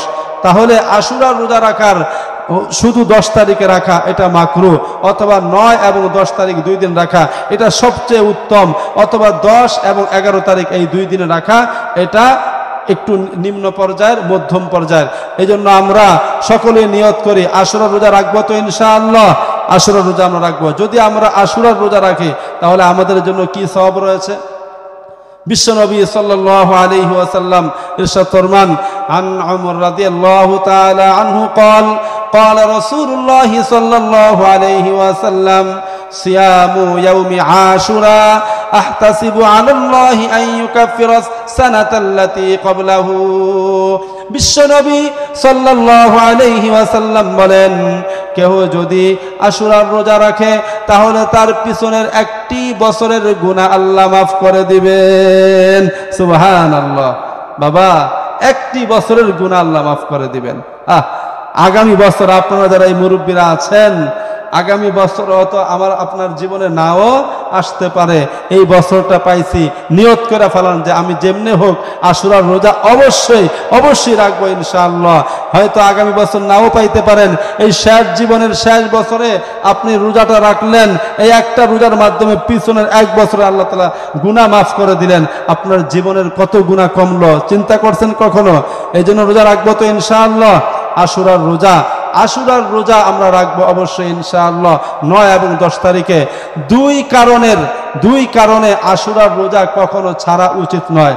মা ও বোনরা, দুইটি এমন কারণ রয়েছে যে দুই কারণে আশুরার রোজা কোনো মুমিনের জন্য, কোনো মুসলমানের জন্য, নবীর উম্মত যে তার জন্য ছাড়া উচিত নয়। 1 নম্বর কারণ, এই আশুরার রোজা রাখা নবী জীবনের বিশ্ব নবী সাল্লাল্লাহু আলাইহি ওয়াসাল্লামের তার প্রতি বছরের এটা নিয়মিত অভ্যাস ছিল, নিয়মিত অভ্যাসে পরিণত হয়েছিল। আম্মাজান হাফসা রাদিয়াল্লাহু তাআলা আনহা বলেন, আরবাউন লাম ইয়াকুন ইয়াদআহুন্না নবিয়্যু সাল্লাল্লাহু আলাইহি ওয়াসাল্লাম বলেন, আম্মাজান হাফসা রাদিয়াল্লাহু তাআলা আনহা বলেন, বিশ্বনবী সাল্লাল্লাহু আলাইহি ওয়াসাল্লামের জীবনে 4টা জিনিস এমন আছে যেই 4টা জিনিস আমল করতে আল্লাহর রাসূল কখনো ছাড়তেন না, নিয়মিত তিনি আমল করে গেছেন। সেই 4 জিনিসের প্রথমটা হলো সিয়ামা ইয়াউমি আশুরা, আশুরার রোজা আল্লাহর রাসূল সাল্লাল্লাহু আলাইহি ওয়াসাল্লাম তিনি কখনো ছাড়তেন না। নববী জীবনের তার নিয়মিত অভ্যাস ছিল আশুরার রোজা রাখা, নিয়মিত সুন্নাহ। নবীজি এটা কি ভাই? নিয়মিত সুন্নাহ। যেই নবীজি নিয়মিত এটা রাখছেন, কখনো ছাড়েন নাই, তার জীবনের নিয়মিত সুন্নাহ। নবীর উম্মত হয়ে সেই সুন্নাহ ছাড়তে পারে বলেন? কখনো ছাড়তে পারে? এই জন্য রোজা রাখবো তো ইনশাআল্লাহ। তাহলে 2 কারণের কোনো এক কারণে, 2 কারণে এই আশুরার রোজা ছাড়া উচিত নয়। 1 নম্বর, এটা আল্লাহর নবীর জীবনের নিয়মিত সুন্নাহ। আম্মাজান হাফসা রাদিয়াল্লাহু তাআলা আনহা বলেন, আরবাউন লাম ইয়াকুন ইয়াদাহুন্না নবিয়্যু সাল্লাল্লাহু আলাইহি ওয়াসাল্লাম, 4টা জিনিস এমন আছে যেই 4 জিনিসকে আল্লাহর রাসূল কখনো ছাড়তেন না। 1 নম্বর, সিয়ামা ইয়াউমি আশুরা, আশুরার রোজা তিনি কখনো ছাড়তেন না। 2 নম্বর, দ্বিতীয় হিজরিতে যখন রমজানের রোজা ফরজ হলো, এই রমজানের রোজা ফরজ হওয়ার আগে আশুরার রোজাটা ফরজ ছিল, কিন্তু রমজানের রোজা যখন ফরজ হয়ে গেল, আশুরার রোজাটা তখন নফল হয়ে গেল, মুস্তাহাব হয়ে গেল। কিন্তু মুস্তাহাব হওয়ার পরেও আশুরার রোজার যেই ফজিলত ছিল, এই একটা রোজা রাখলে তার পিছনের 1টি বছরের গুনাহ যিনি মাফ করবেন তিনি কে বলেন? সেই 1 দিনের রোজা 1 বছরের গুনাহকে মাফ করবেন। এই জন্য আমাদের কখনো এই রোজাটা ছাড়া উচিত নয়। নবী জীবনের নিয়মিত সুন্নাহ এবং 1 রোজায় 1 বছরের গুনাহ মাফ, এমন মুখ্যম সুযোগ কোনো মুমিন কখনো ছাড়তে পারে বলেন? কখনো ছাড়তে পারে না। এই জন্য আমরা রোজা রাখবো তো ইনশাআল্লাহ। এই আশুরার দিনে 2টা করণীয়। আশুরার দিন, এই যে 10 তারিখ আসতেছে, আশুরার দিনে 2টা করণীয়। কয়টা করণীয় ভাই? 2টা করণীয়। 1 নম্বর করণীয়, এই দিন সারা দিন সিয়াম পালন করা। আশুরার দিনে 2টা করণীয়। 1 নম্বর, এই দিনে পুরা দিন কি রাখা ভাই? রোজা রাখা, পুরা দিন রোজা রাখা। হযরতে আলী রাদিয়াল্লাহু তাআলা আনহুর কাছে এক ব্যক্তি আসলেন। এক ব্যক্তি এসে হযরতে আলী রাদিয়াল্লাহু তাআলা আনহুকে জিজ্ঞাসা করলেন যে রমজানের রোজার পরে যদি আমি রোজা রাখতে চাই তাহলে কোন দিন আমি রোজা রাখবো? তখন আলী রাদিয়াল্লাহু তাআলা আনহু বললেন, আরে এরকম প্রশ্ন আল্লাহর রাসূলকে কেউ করে নাই, কিন্তু একদিন আমি আল্লাহর রাসূলের সামনে বসা ছিলাম, এমন সময় এক ব্যক্তি এসে আল্লাহর রাসূলকে বললেন, ইয়া রাসূলুল্লাহ, আমি যদি মাহে রমজানের রোজার পরে আর কোনো দিন রোজা রাখতে চাই তো সবচেয়ে উত্তম দিন সেটা কোন দিন হবে? কোন দিন রোজা রাখলে আমার জন্য ভালো হবে, উত্তম হবে? আপনি আমাকে একটু বলে দিন। তখন আল্লাহর রাসূল সাল্লাল্লাহু আলাইহি ওয়াসাল্লাম তাকে বললেন, ফাইন কুনতা সাইমান বা'দা রমাদান, যদি তুমি রমজানের পরে রোজা রাখতে চাও, ফাসুমিল মুহররম, তাহলে মুহররমের আশুরার দিন তুমি রোজা রাখবা। আল্লাহু আকবার। আল্লাহর রাসূল বলেন, ফাইন্নাহু শাহরুল্লাহ, কেননা এই মুহররম মাসটা হলো আল্লাহর মাস, আল্লাহর মাসে তুমি রোজা রাখবা রমজানের পরে। তাহলে সবচেয়ে শ্রেষ্ঠতম রোজা কোন রোজা বলেন?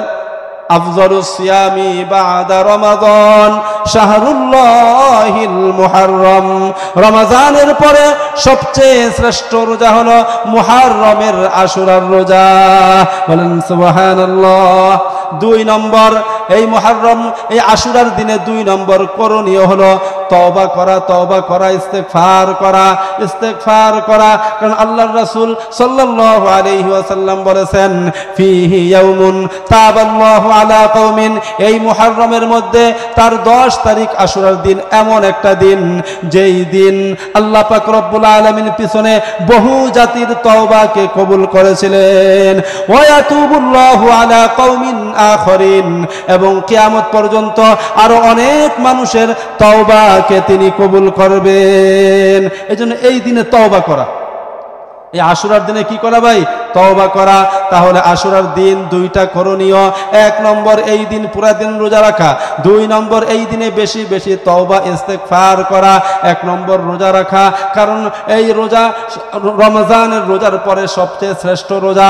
এই রোজা 1 বছরের গুনাহকে মাফ করে দিবে। 2 নম্বর এই দিনে বেশি বেশি তওবা করা, ইস্তেগফার করা, কারণ এই দিনে আল্লাহ তাআলা তওবা কবুল করেন। সুবহানাল্লাহ। আশুরার দিনে এই জন্য বেশি বেশি রোজা রাখা এবং তওবা ইস্তেগফার করা। আল্লাহ তাআলা আমাদেরকে আমল করার তৌফিক দান করেন, বলেন আমিন। এই আশুরার শিক্ষা, আশুরার অনেক আলোচনা হয়, অল্প সময় এত আলোচনা করা সম্ভব না। তা আশুরার শিক্ষা নিয়ে আলোচনা করেই আমি শেষ করে দিব। আশুরার 5টা শিক্ষা রয়েছে। কয়টা শিক্ষা বলেন? 5টা শিক্ষা রয়েছে।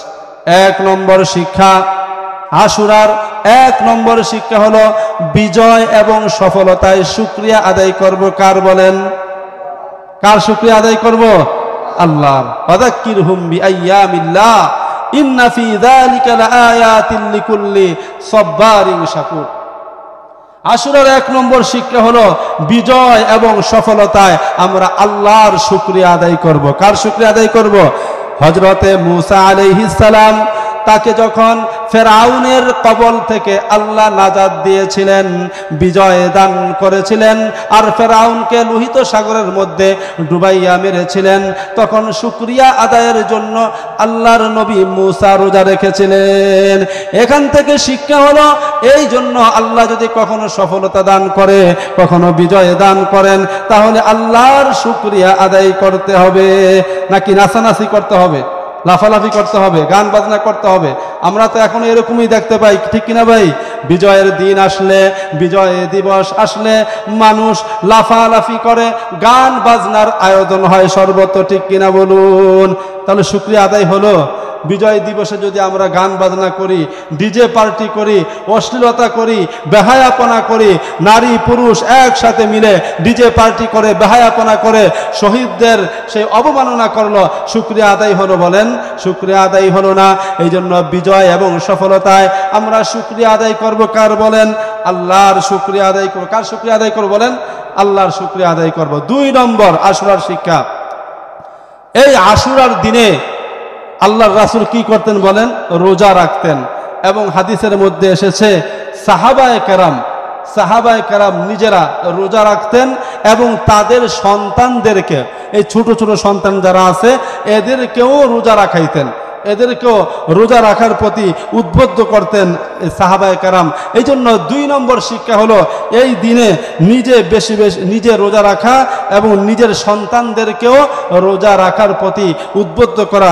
আশুরার রোজা রাখার মাধ্যমে রোজা রাখায় অভ্যস্ত করে তোলা, সন্তানদেরকে কি করা? রোজা রাখায় অভ্যস্ত করে তোলা।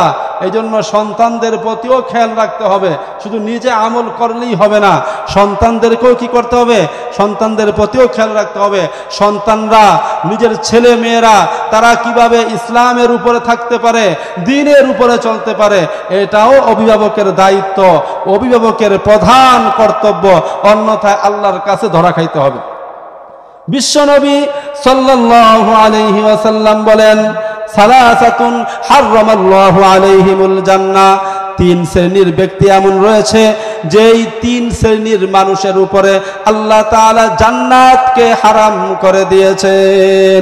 নাউযুবিল্লাহ, সুবহানাল্লাহ না, নাউযুবিল্লাহ বলতে হবে। আল্লাহ তাআলা 3 শ্রেণীর ব্যক্তি এমন আছেন যাদের উপরে এই জাহান্নামকে আল্লাহ তাআলা হারাম করে দিয়েছেন। নাউযুবিল্লাহি মিন যালিক। এক নম্বর মুদমিনুল খামরি, যে মদ পানে অভ্যস্ত, নেশায় অভ্যস্ত, সেটা যেই কোরআনের নেশাই হোক না কেন, যারা নেশা দ্রব্যে অভ্যস্ত হয়ে গেছে এমন মুদমিনুল খামর যারা আছে এদেরকে আল্লাহ তাআলা এদের উপরে জান্নাতকে হারাম করে দিয়েছেন। দুই নম্বর আল আকু আই আকুল লিওয়ালিদাইন, পিতা মাতার অবাধ্য সন্তান যে হবে, পিতা মাতার সাথে অসৎ আচরণ যে করবে, পিতা মাতার সাথে যে বেয়াদবি করবে, পিতা মাতার অবাধ্য সন্তান যে হবে, এরকম অবাধ্য সন্তানের জন্য আল্লাহ জান্নাতকে হারাম করে দিয়েছেন। এই জন্য যুবক ভাই বলে যায়, কখনো নিজের স্বার্থের জন্য কোনো মেয়ের প্রেমে পড়িয়া পিতা মাতার অবাধ্য হয়েও না। পিতা মাতার অবাধ্য হলে আল্লাহ তোমার জন্য জান্নাতকে হারাম করে দিয়েছেন। এমন অভিশাপ আর গজব যদি কপালে নিয়ে যুবক তুমি চলো, হে আমার বোন, তুমি পিতা মাতার অবাধ্য হইয়া পিতামাতার সম্মানে চুল কানি মেলে তুমি ওই তার প্রেমিকের সাথে চলে গেলা, প্রেমিক তার প্রেমিকাকে নিয়ে চলে গেল, তোমরা নিজেরা বিবাহ শাদী করলা, এমন একটা বরকতপূর্ণ কাজকে পিতা মাতার অবাধ্যের কালিমা কপালের মধ্যে নিয়া, এমন অভিশাপকে কপালের মধ্যে নিয়া বৈবাহিক জীবন শুরু করলা। এমন বৈবাহিক জীবনে কোনো দিনও শান্তির আশা করা যায় না, ঠিক কিনা বলুন? এই জন্য কেউ এরকম করে বিবাহ করে শান্তি পাইছে আছে এরকম দেখছেন? কখনো শান্তি পায় না। পিতা মাতার অবাধ্য সন্তান যে হবে তার উপরে আল্লাহ তাআলা জান্নাতকে হারাম করে দিয়েছেন। আরেক হাদিসের মধ্যে আসছে, আরে হারাম তো দূরের কথা, ও জান্নাতের ঘেরানো কোনোদিন পাইব না। জান্নাত যে কি জিনিস, জান্নাত এমন জিনিস যেই জান্নাতের ঘেরান 500 বছরের রাস্তার দূর থেকেও জান্নাতের ঘেরান পাওয়া যাবে। এমন জান্নাতের ঘেরানো সে পাবে না, যাওয়া তো দূরের কথা, ঘেরানো পাবে না। আল্লাহ আমাদেরকে হেফাজত করেন, বলেন আমিন। 3 নম্বর যেটা আজকে আমার বলার উদ্দেশ্য সেটা হলো আদ-দায়্যুস। আদ-দায়্যুস আল্লাযী ইউকিররু ফি আহলিহি আল খাবাস, ওই দায়্যুস ব্যক্তি তার উপরেও আল্লাহ জান্নাতকে হারাম করে দিয়েছেন। যেই দায়্যুস, যেই পুরুষ বাবা তার মেয়েকে বেপরদিকিভাবে রাস্তায় ছেড়ে দেয়, যেই স্বামী তার স্ত্রীকে বেপরদিকিভাবে রাস্তায় ছেড়ে দেয়, এমন দায়্যুস ব্যক্তি, এমন দায়্যুস পুরুষ যে হবে, যে তার স্ত্রীকে বেপরদিকিভাবে রাস্তায় ছেড়ে দেয়, এমন দায়্যুস বাবা যে তার মেয়েকে বেপরদিকিভাবে দ্বীন শিক্ষা নাই, ইসলামিক শিক্ষা নাই, ইসলামিক মূল্যবোধ শিক্ষা নাই, ইসলামের যেই পর্দার বিধান এটা লঙ্ঘন করতেছে, কিন্তু অভিভাবক হয়ে, বাবা হয়ে, স্বামী হয়ে, বড় ভাই হয়ে, বড় সন্তান হয়ে, বড় ছেলে হয়ে তার মা বেপরদিকভাবে চলতেছে। এখন অনেক দেখবেন এরকম মা মেয়েকে চিনা যায় না, এমনভাবে তারা সাজগুজ করে রাস্তায় বের হয়, চেনাও যায় না কে মা আর কে মেয়ে। আর বড় ছেলে যে আছে তার উপরে দায়িত্ব ছিল তার মাকে পর্দার ভিতরে নিয়ে আসা, বুঝানো সুঝানো। এরকম দায়্যুস পুরুষ যে হবে আল্লাহ তার উপরে জান্নাতকে হারাম করে দিয়েছেন, নাউজুবিল্লাহ। এই জন্য বাবারা নিজে যতই আমল করেন না কেন, দায়্যুস যদি হন, দায়্যুস কাকে বলা হয়? ওই পুরুষ যার মেয়ে বেপরদিকিভাবে চলে, ওই স্বামী যার স্ত্রী বেপরদিকিভাবে চলে, ওই বড় ভাই যার বোন বেপরদিকিভাবে চলে, ওই বড় ছেলে যার মা বেপরদায় চলে, একে বলা হয় দায়্যুস। একে বলা হয় কি ভাই? দায়্যুস। আবারও বলি, দায়্যুস কাকে বলে? ওই বাবা যার মেয়ে বেপরদায় চলে, ওই স্বামী যার স্ত্রী বেপরদায় চলে, ওই বড় ভাই যার বোন বেপরদায় চলে, ওই বড় ছেলে যার মা বেপরদায় চলে, এরকম পুরুষকে বলা হয় দায়্যুস। এই দায়্যুসের উপরে আল্লাহ জান্নাতকে হারাম করে দিয়েছেন। তাহলে যারা বেপরদায় চলে ওরা কোথায় থাকবে বলেন? এই জন্য অভিভাবক যারা আছেন, অভিভাবকদের উপরে কর্তব্য নিজের সন্তানদেরকে ইসলামের উপরে চালানো, ইসলামের মধ্যে নিয়ে আসা। তাহলে আশুরার 2 নম্বর শিক্ষা হলো নিজে রোজা রাখা এবং নিজের সন্তানদেরকেও ইসলামের উপরে, এই রোজার উপরে অভ্যস্ত করানোর জন্য এদেরকেও রোজা রাখা। এটা সাহাবাদের সুন্নাহ। সাহাবায়ে কেরাম সন্তানদেরকেও, ছোট ছোট ছেলে মেয়েদেরকেও, এদেরকেও এই আশুরার রোজা রাখার মাধ্যমে রোজায় অভ্যস্ত করাতেন। 2 নম্বর শিক্ষা। 3 নম্বর শিক্ষা হলো কখনো যদি দিনের উপরে চলতে গিয়ে জালেমের রোশনালে পড়তে হয়, তাহলে কখনো ধৈর্য হারা হওয়া যাবে না, হতাশ হওয়া যাবে না। কখনো হকের উপরে চলতে গিয়ে এজন্য উলামায়ে কেরাম দেখবেন হকের কথা বলতে গিয়ে অনেক সময় জালেমের রোশনালে পড়ে, জেলখানায় যায়, জালেমের জিন্দানখানায় যায়, তবুও হক থেকে কখনো পিছপা হয় না, ঠিক কিনা বলুন? এরকমই হকের পথে চলতে গিয়ে, আল্লাহর হকের কথা বলতে গিয়ে যদি কখনো জালেমের রোশনালে পড়তে হয়, জেলখানায় যাইতে হয়, হতাশ হওয়া যাবে না। কি হওয়া যাবে না? হতাশ হওয়া যাবে না। হযরতে মূসা আলাইহিস সালাম যখন ফেরাউনের কবল থেকে মুক্তি পাওয়ার জন্য তার উম্মতদেরকে নিয়ে সেই মিশর ত্যাগ করার জন্য রওনা হয়ে গেলেন, এক পর্যায়ে রাতের আধারে, ভোর রাত্রের সময়, অন্ধকার রাত্র আস্তে আস্তে তারা চলে আসলেন লোহিত সাগরের সামনে, চলে আসলেন। সামনে সাগর আর পিছনে হলো ফেরাউন বাহিনী। ওই সমস্ত উম্মতরা তারা দেখতেছে, আরে সামনে তো সাগর আর ওই পিছন থেকে ফেরাউন বাহিনী আসতেছে। তখন মূসা আলাইহিস সালামের উম্মতরা বললেন, ক্বালু ইয়া মূসা ইন্না লামুদরাকুন, আরে মূসা আমরা তো ধরা খায়া গেলাম। তখন মূসা আলাইহিস সালাম বলেছিলেন, ক্বালা কাল্লা, না না, এটা কখনো নয়, ইন্না মাইয়া রব্বি সায়াহদিন, আরে আমার সাথে আমার রব আছেন, তিনি আমাকে সাহায্য করবেন। সুবহানাল্লাহ। কেমন সময়, কেমন মুহূর্তটা ছিল সেই যেই ফেরাউনের কবল থেকে মুক্তি পাওয়ার জন্য, এমন জালেম স্বৈর শাসক ফেরাউন থেকে মুক্তি পাওয়ার জন্য রওনা হয়ে গেলেন। এমন একটা পর্যায়ে, এমন একটা জায়গায় এসে পৌঁছেছেন, সামনে লোহিত সাগর, ঝাঁপ দিলে মাছের পেটে যাইব, ডুববা মারব, আর পিছনে ফেরাউন। এমন একটা সিচুয়েশনে কেমন অবস্থা হইতে পারে? তখনও মূসা আলাইহিস সালাম হতাশ হন নাই, বিচলিত হন নাই। তিনি বললেন, ক্বালা কাল্লা, কখনো নয়, ইন্না মাইয়া রব্বি সায়াহদিন, আমার সাথে যিনি আছেন তিনি কে বলেন? আল্লাহ, তিনি আমাকে সাহায্য করবেন। এই জন্য জালেমের জুলুমের রোশনালে পড়েও কখনো হতাশাগ্রস্ত হওয়া যাবে না। সাহায্য কার থেকে আসবে? আল্লাহর থেকে আসবে। 3 নম্বর শিক্ষা। 4 নম্বর শিক্ষা হলো, যখনই জালেম কর্তৃক কখনো কোনো জুলুম হবে, কখনো কোনো জুলুম হবে, এই জুলুম এটা কখনো স্থায়ী হবে না। জালেমের জুলুম কখনো কি হবে না? স্থায়ী হবে না। যদিও জালেমের জুলুম দীর্ঘমেয়াদী হোক না কেন, এই জুলুম একদিন শেষ হবে। এই জুলুমের একদিন না একদিন কি হবে ভাই? শেষ হবে। জালেম কখনো চিরস্থায়ী হতে পারে না, তার জুলুমও কখনো চিরস্থায়ী হতে পারে না। ফেরাউনের ধ্বংসলীলা এটাই বাস্তব প্রমাণ যে কখনো জালেম যত বড়ই হোক না কেন, জালেমের জুলুম যত দীর্ঘমেয়াদী হোক না কেন, একদিন না একদিন এই জুলুম শেষ হবে। রাত যত আধারই হোক না কেন, সূর্য ওঠার মাধ্যমে এই রাতের আধার দূরীভূত হবে। ঠিক তেমনি হক আসার মাধ্যমে বাতিলের অন্ধকার, জালেমের অন্ধকার, জুলুমের অন্ধকার একদিন না একদিন শেষ হবে ইনশাআল্লাহ। এটা আমাদের এই ভরসা কার উপর নিয়ে বাঁচতে হবে? আল্লাহর উপর নিয়ে বাঁচতে হবে।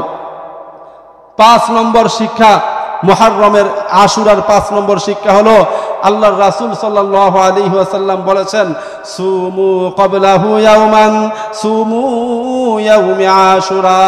আল্লাহর রাসূল বলেছেন, তোমরা আশুরার রোজা রাখবা, ও খালিফু ফিহিল ইয়াহুদ, ইহুদিদের বিপরীত করবা, ইহুদিদের সাথে মিল রাখবা না। এখান থেকে শিক্ষা হলো, আমাদের মুমিনের মুসলমান যে হবে, মুসলমানের কোনো কর্মকাণ্ড কখনো ইহুদিদের সাথে মিল হবে না। ইহুদি খ্রিস্টানদের কালচার, বেশভূষা কোনো মুসলমান ধারণ করতে পারে না। ইহুদিদের সাথে কখনো মিল রাখতে পারবে না। ইহুদিদের আদর্শ কখনো কোনো মুসলমান অনুসরণ করতে পারবে না। আজকে বড় দুঃখজনক নিয়ে দুঃখের সাথে বলতে হয়, আফসোসের সাথে বলতে হয়, আজকে যুবকরা এত বেলাইন হয়ে গেছে, এত তারা কমন সেন্স হারা হয়ে গেছে। তারা ওই ইহুদি নেইমার, ইহুদি জার্সি, ওই ইহুদি মেসি, যারা কমপ্লিট জাহান্নামী, যারা বাস্তবিক জাহান্নামী, এদের ব্যাপারে কখনো জান্নাতের সার্টিফিকেট দেওয়া যায় না, এমন ইহুদি মেসির অনুসরণ করে। ঠিক কিনা বলুন? অনেক যুবকরা আছে। যুবক ভাই, তুমি কার অনুসরণ করতেছো? ফেসবুকে দেখলাম এক যুবক স্ট্যাটাস দিছে, দোয়া রইল, আর্জেন্টিনা টিমের জন্য দোয়া এবং শুভকামনা রইল। বলেন নাউজুবিল্লাহ। ইহুদি দলের জন্য দোয়া করতেছে। মুসলমান যুবক এই জ্ঞান কোথায় পাবে? এই ইলমটা তার কোথা থেকে আসবে? যেই আর্জেন্টিনা যুবক, তুমি যে আর্জেন্টিনাকে অনুসরণ করতেছ, আর্জেন্টিনাকে ভালোবেসে তার লেখা অঙ্কিত সেই জার্সি তুমি তার বুকের মধ্যে স্থান দিচ্ছ, অথচ নবীর ভালোবাসা তোমার বুকের মধ্যে নাই। সেই আর্জেন্টিনা এই মাত্র নগদেই তারা ঘোষণা করেছে সেই ফিলিস্তিনের হামাস বাহিনী তারা নাকি সন্ত্রাসী বাহিনী। বলেন নাউজুবিল্লাহ। হামাস বাহিনী, তাদের ব্যাপারে নির্দ্বিধায় এই সার্টিফিকেট দেওয়া যায়। হামাস বাহিনী তারা বর্তমান সময়ের ইসলামের জন্য এক নিবেদিত প্রাণ মুজাহিদ সৈনিক, ইসলামের লিইলাই কালিমাতিল্লাহ, আল্লাহর জমিনে আল্লাহর দ্বীন প্রতিষ্ঠার জন্য একনিষ্ঠভাবে বর্তমান ফিলিস্তিনে যেই দলটা ইহুদিদের বিরুদ্ধে যুদ্ধ করে যাইতেছে, জিহাদ করে যাইতেছে, সেই বাহিনীর নাম হলো হামাস বাহিনী। এমন একটা ইসলামের জন্য নিবেদিত প্রাণ বাহিনীকে এই আর্জেন্টিনা ইহুদিরা তারা রাষ্ট্রীয়ভাবে বলেছে তারা হলো সন্ত্রাসী বাহিনী। যুবক, তুমি মুসলমান হইয়া মুসলমানের সেই অন্তরের মধ্যে আঘাত দিচ্ছ, ওই আর্জেন্টিনাকে তুমি সমর্থন করতেছ। তওবা করো ভাই, আশুরা সামনে আসতেছে, তওবা করো, তওবার মাধ্যমে এগুলো থেকে ফিরে আসো। আমরা ইহুদি খ্রিস্টান যারা আছে এদের সাথে কখনো সাদৃশ্য অবলম্বন করা যাবে না, এদেরকে ভালোবাসা যাবে না, এদেরকে মনে প্রাণে ঘৃণা করতে হবে, এদের কোনো কালচারকেও গ্রহণ করা যাবে না, কখনো গ্রহণ করা যাবে না। কারণ আল্লাহর রাসূল বলেছেন, মান তাশাব্বাহা বিকওমিন ফাহুয়া মিনহু, যে যার অনুসরণ করবে, যার সাথে সাদৃশ্য অবলম্বন করবে, সে যেখানে যাবে তুমিও সেখানে যাইবা। নেইমারকে ভালোবাসো, মেসিকে ভালোবাসো, সে জাহান্নামে যাবে। তোমার যদি মনে চায় তুমি জাহান্নামে যাইবা, তাহলে তার সাথে তুমি জাহান্নামে যাও, তোমার জন্য জান্নাতে যাওয়া লাগবে না। ঠিক কিনা বলো? আশুরার 6 নম্বর শিক্ষা, ফেরাউন, এই ফেরাউনকে আল্লাহ পাক রব্বুল আলামিন রাজত্ব দিয়েছিলেন, ক্ষমতা দিয়েছিলেন। এই রাজত্ব এবং ক্ষমতা পায়া সে কি করেছিল বলেন তো? আনা রব্বুকুমুল আলা, সে বলেছিল আমি সমস্ত প্রভুদের প্রভু বলে সে আল্লাহকে অস্বীকার করে অহংকার করেছিল। কি করেছিল বলেন? অহংকার করেছিল। এই জন্য অহংকার থেকে বাঁচা, আল্লাহ যাকে যেই নেয়ামত দিয়েছেন ওই নেয়ামতের শুকরিয়া আদায় করে অহংকার থেকে বাঁচা, আশুরার এটা অন্যতম একটা শিক্ষা, অহংকার থেকে বাঁচা। ফেরাউনের বিপরীতে আল্লাহর এক নবীকে আল্লাহ এই পুরা পৃথিবীর বাদশাহী দিয়েছিলেন। সেই নবীর নাম কি বলেন তো? কে বলতে পারবেন? সুলাইমান আলাইহিস সালাম। সুলাইমান আলাইহিস সালাম আল্লাহ তাআলার কাছে দোয়া করলেন, রব্বি হাবলি মুলকাল লা ইয়ামবাগি লি আহাদিম মিন বাদি। সুলাইমান আলাইহিস সালাম আল্লাহ তাআলার কাছে দোয়া করলেন, হে আল্লাহ, আপনি আমাকে এমন রাজত্ব দান করেন যেই রাজত্ব, যেরকম রাজত্ব আর কখনো আপনি কাকে দান করেন নাই এবং দান করবেন না, এরকম রাজত্ব আপনি আমাকে দান করেন। আল্লাহ তাআলা সুলাইমান আলাইহিস সালামের এই দোয়াকে কবুল করে তাকে এমন রাজত্ব দিয়েছিলেন যেই রাজত্বটাই তার জন্য একটা মুআজিজা হয়ে গিয়েছিল। শুধু রাজত্বই দান করেন নাই, তার অধীনস্থ করে দিয়েছিলেন মানব দানব, জিন এবং ইনসান, মানুষ এবং জিন, সমস্ত পশু পাখির ভাষা বোঝার মতো ক্ষমতা এবং শক্তি আল্লাহ পাক রব্বুল আলামিন সুলাইমান আলাইহিস সালামকে দিয়েছিলেন। সুবহানাল্লাহ। এত বড় রাজত্ব দেওয়ার পরেও সুলাইমান আলাইহিস সালাম বললেন, হাযা মিন ফাজলি রব্বি, এটা আমার প্রতি রবের পক্ষ থেকে দয়া এবং অনুগ্রহ। লিয়াবলুয়ানি আশকুরু আম আকফুর, তিনি আমাকে এই মহা রাজত্ব দান করেছেন, আমি কি তার শুকরিয়া আদায় করি নাকি ওই ফেরাউনের মতো তার নাশুকরি করি, কুফরি করি? এই পরীক্ষার জন্য তিনি আমাকে রাজত্ব দান করেছেন। তাহলে আল্লাহর কোন নিয়ামত পেয়ে আমাদেরকে কি করতে হবে? শুকরিয়া আদায় করতে হবে। আল্লাহর নাফরমানি করে অহংকার করা যাবে না। এটা বলি শেষ করে দিচ্ছি। সুলাইমান আলাইহিস সালাম হযরত মালিক ইবনে দিনার রাহমাতুল্লাহি আলাইহি তার একটা কথা ইবনে কাসির, তাফসিরে ইবনে কাসির রাহমাতুল্লাহি আলাইহি তিনি উল্লেখ করেছেন, রাকিবা সুলাইমান ইবনে দাউদ যাতা ইয়াউমিন, একদিন সুলাইমান আলাইহিস সালাম তার মহান বড় যেই সিংহাসন ছিল, ফি মিআতাই আলফিম মিনাল জিন্নি ওয়া ফি মিআতাই আলফিম মিনাল ইনসি, সুলাইমান আলাইহিস সালাম একদিন তার মহান এত বড় সিংহাসন, যেই সিংহাসনের মধ্যে 2 লক্ষ পুরুষ, 2 লক্ষ মানুষ এবং 2 লক্ষ জিন ওই সিংহাসনের মধ্যে আছে। এমন 2 লক্ষ জিন এবং 2 লক্ষ মানুষ নিয়ে ওই সিংহাসন নিয়ে তিনি উপরে উঠলেন। সুবহানাল্লাহ। একটা সিংহাসন, যে সিংহাসনের মধ্যে বাদশা বসে আছে এবং তার সামনে 2 লক্ষ মানুষ, 2 লক্ষ জিন বসে আছে, আর পশু পাখিরা উপরে তারা ছায়া দিচ্ছে। তাহলে সিংহাসনটা কত বিস্তৃত হতে পারে। বাদশার সামনে কি এখন আপনারা যেমনে বসছেন এরকম আসন করা হয়, না প্রত্যেকের জন্য আলাদা আলাদা চেয়ার রাখা হয়? আলাদা আলাদা কি করা হয়? চেয়ার পাতা হয়, ওই চেয়ারের মধ্যে থাকে। এরকম আলাদা আলাদা 2 লক্ষ চেয়ার, আর এদিকে 2 লক্ষ, মোট 4 লক্ষ চেয়ার যদি পাতা হয় কত জায়গার প্রয়োজন হয়? তাহলে এত বড় মহান সিংহাসন নিয়ে ফারুফিয়া, এত বড় মহান সিংহাসন নিয়ে সুলাইমান আলাইহিস সালামের এই সিংহাসনকে উপরে উঠানো হলো। হাত্তা সামিআ তাসবিহা মালাইকাতিন ফিস সামা, ওই সিংহাসনকে নিয়ে এত এত উপরে উঠানো হলো যে আসমানের মধ্যে যেই ফেরেশতারা আল্লাহর তাসবিহ আদায় করতেছে, এই তাসবিহের আওয়াজ ওই সিংহাসনে যারা আসলো তারা শুনতে পাইল। সুবহানাল্লাহ। কত উপরে উঠাইলে আসমানের ফেরেশতারা তাসবিহ আদায় করে, সে আওয়াজ সে শুনতে পায়, কত উপরে উঠাইছে। সুম্মা খুফিদা, অতঃপর এই সিংহাসনকে আবার নিচে নামানো হলো।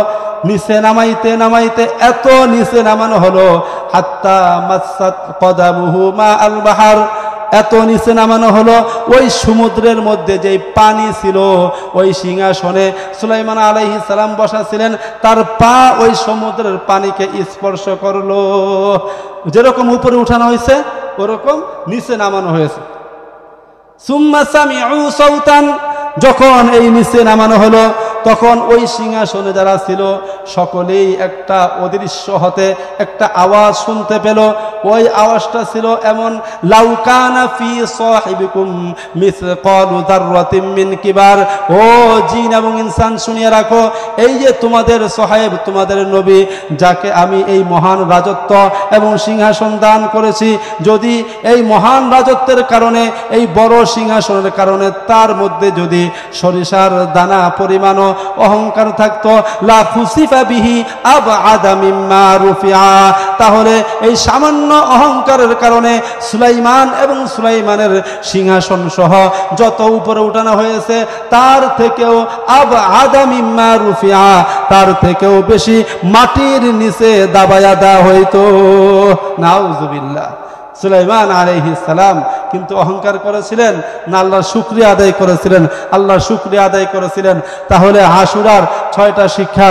1 নম্বর হলো আমরা বিজয় এবং সফলতায় আল্লাহর শুকরিয়া আদায় করব। 2 নম্বর, আমরা আশুরার দিন নিজেরা রোজা রাখবো এবং নিজের সন্তানদেরকেও রোজা রাখায় আমরা অভ্যস্ত করে তুলব। 3 নম্বর, আমাদের উপরে যদি কখনো কোনো জালেম কর্তৃক কোনো এরকম জালেমের জুলুমের রোশনালে আমরা পড়ি, তাহলে হতাশাগ্রস্ত হওয়া যাবে না, আল্লাহর উপরে ভরসা করে ধৈর্য ধারণ করতে হবে। 4 নম্বর শিক্ষা হলো, জালেম যত বড়ই হোক না কেন, তার জুলুম যত দীর্ঘমেয়াদী হোক না কেন, জালেমেরও একদিন পতন হবে, জুলুমেরও একদিন শেষ হবে। 5 নম্বর শিক্ষা হলো, কখনোই কোনো মুসলমান ইহুদি খ্রিস্টানদের কালচার বেশভূষাকে অনুসরণ করতে পারবে না, একমাত্র আল্লাহর নবীর সুন্নাহকে অনুসরণ করে আশুরার রোজা রেখে নিজের জীবনের গুনাহগুলোকে মাফ করাবে। 6 নম্বর শিক্ষা আশুরার, আল্লাহর যত বড়ই নেয়ামত আমি পাই না কেন, এই নেয়ামতের বিনিময়ে আল্লাহর শুকরিয়া আদায় করতে হবে। কখনো এই শুকরিয়া আদায়ের পরিবর্তে কুফরি করা যাবে না, অহংকার করা যাবে না। শুকরিয়া আদায় করবো কার বলেন? আল্লাহ।